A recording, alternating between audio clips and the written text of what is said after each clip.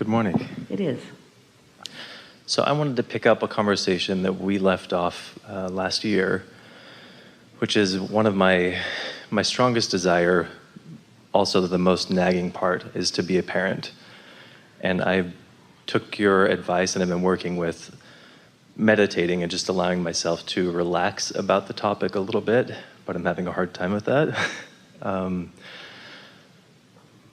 And I think that I'm trying to figure out what it is that I'm doing that's standing in my way of getting clarity, because the more I do think about it and the more I respond to signs and signals of how to start this course, the more confused I seem to be. Is your confusion about how to accomplish it, or is your confusion about how much you really want it? Definitely about how to accomplish it.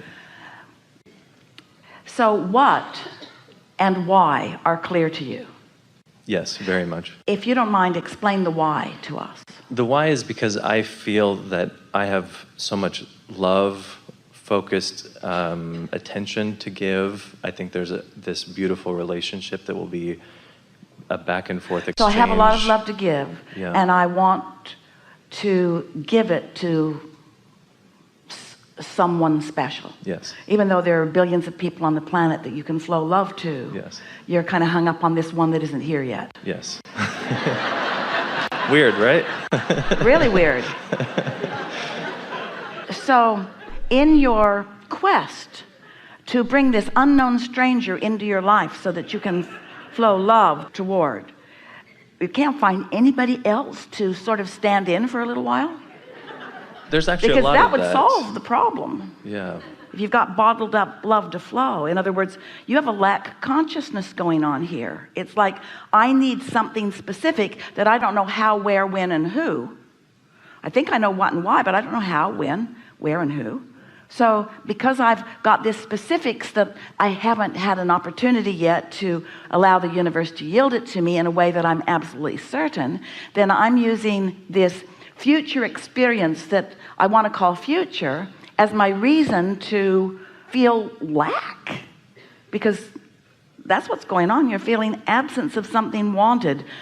You're just making it up. You're making it up just like Esther was making up, what if I can't go and there's 1,000 people up there just wondering what to do next? Well, that's just an irresponsible and ridiculous thought. And so is this one, really. Do you believe that it will be? Yes. So you know it's going to be, so it's an impatience because it's taking too long? Think about that. Wait, don't go off on a tangent. Okay. That's a very important question. If you know it's going to be, and we take you at your vibrational word that you do, then what is the impatience about? It's about timing. But what is the impatience about? Aren't there so many things that are going to become that haven't become yet? What the impatience is about, it's a human trait that we're trying to get you to all get over. It's a human trait of needing the manifestation of my desire to have manifested so that I don't have to do any work of focusing. I can just lazily observe.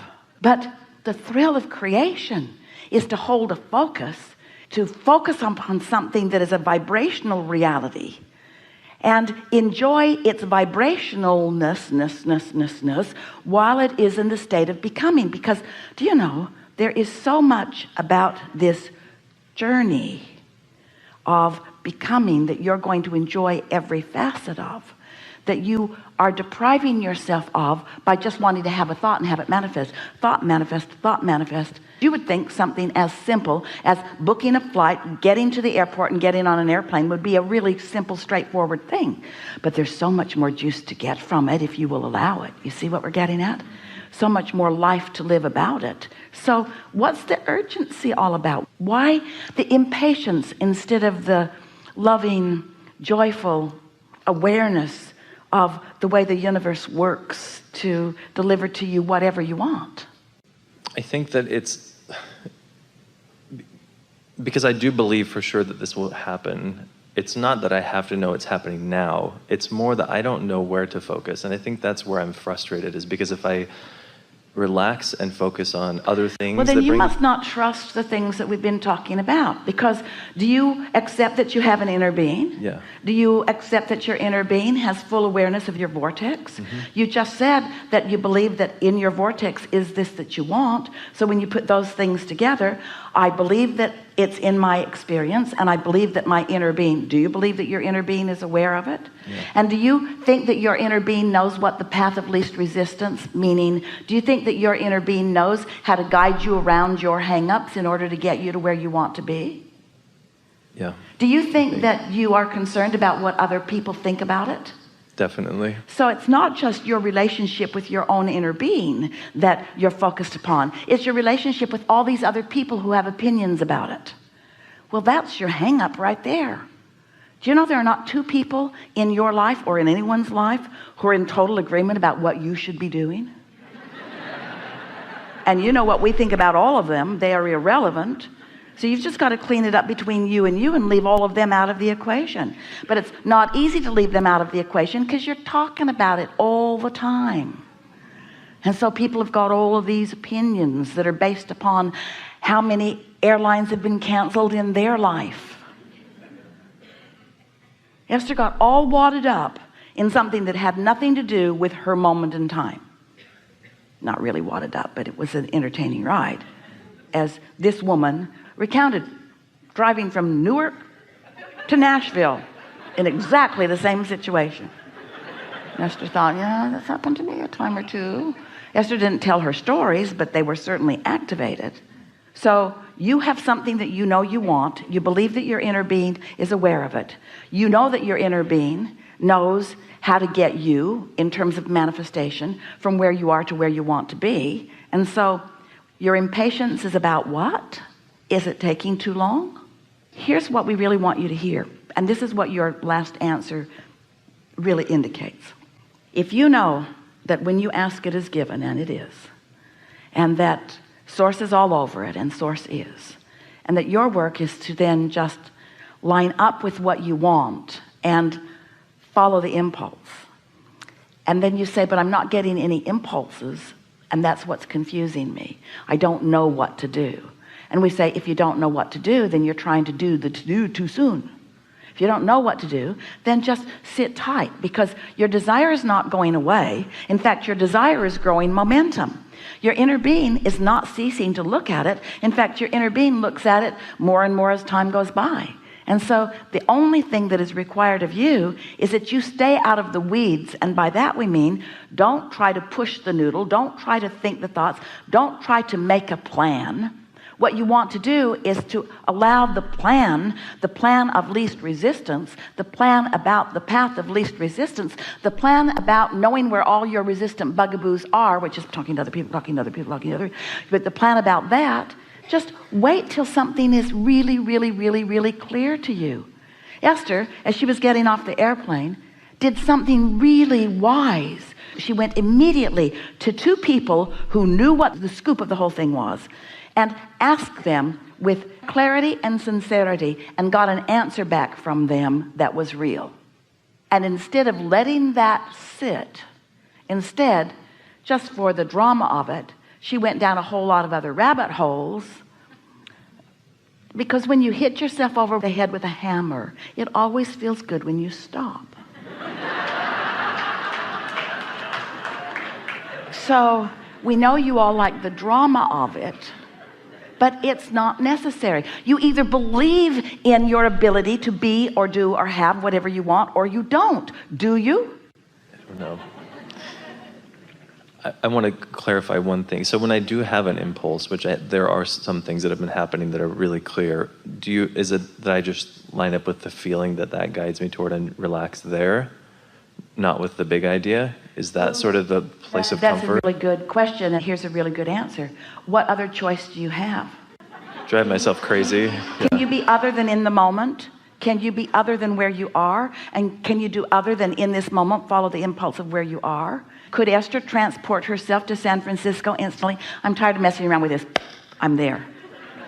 Or are there physical elements of being in a physical body that you have to allow the forces and the laws of your worldly environment to come into play? But if you hold your focus on the vision of what you want and you don't get hung up on how it's going to be, this is a question that we're putting to you, to all of you, and we're going to do it with clarity and softness and slowness, because we really want you to consider what your answer is to this question. What's the rush? That's an important question. Well, we have a few important questions. What do you think is at the root of your need, because it feels strong, to involve yourself with so many specifics about this? Rather than standing back and trusting, what do you think makes you want to dive in and get after it? Did you put the question in your mind? And can you put an equivalent subject in? What makes you feel the urgency or the necessity? Why do you have the drive to get after this? I think for me, it's because I'm applying my experience of my past, which is that if I focus and I work really hard, I'll get to where I want to go. That's true, but why? What is it about that that is so intoxicatingly, urgently important to you? What's your win in that?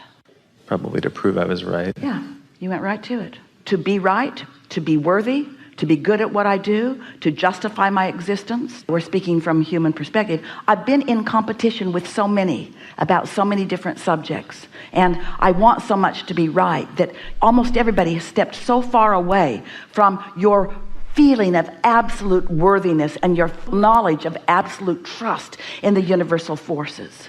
So you've created all of these scenarios, so you're battling yourself because no one else is keeping you from anything. And mostly that battle is about me needing to be right, me needing to be good, me needing to be validated as being good. We said a few weeks ago at a gathering that we'd like you to envision making your transition into non-physical. And then when you meet up with someone that you can communicate with, you say, where's the list? And they'll say, what list are you looking for? And you'll say, the list of all the things I sacrificed so that I could be the good person that I needed to be here. And they'll say, oh, there's no list like that. What? Nobody kept track of all of the things that I didn't do that I wanted to do? Nobody kept track of all the things I did? Nobody kept track? No one's keeping track of that. There's no reward for everything that I sacrificed in order to be here in this good place. This isn't the good place. This is the only place.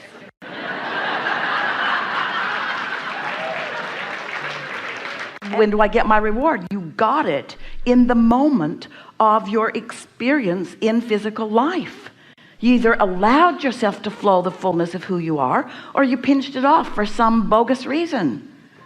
And so you felt it in the moment, your openness or your closedness, your allowing or your not allowing, your love or your hate, your trust in yourself or not, your belief in your goodness or you're not, your belief in others or not. You see, kind of getting this a little bit? So when you stand in this place of knowing that if this time-space reality has created within you a desire for something, this time-space reality will deliver the goods to you. So when you stand in that knowing and then you couple it with your belief in your righteousness or worthiness to receive it without validating it in any way through action or behavior. It was so fun for Esther to watch that lady, that really smart, really intuitive, really attentive, really deliberate woman. And as Esther watched her and she thought, you're so much like me, I don't even want to talk to you. And then Esther thought, and you are making unnecessary trouble for all of us. For yourself, you are belching into the atmosphere resistance that is not necessary.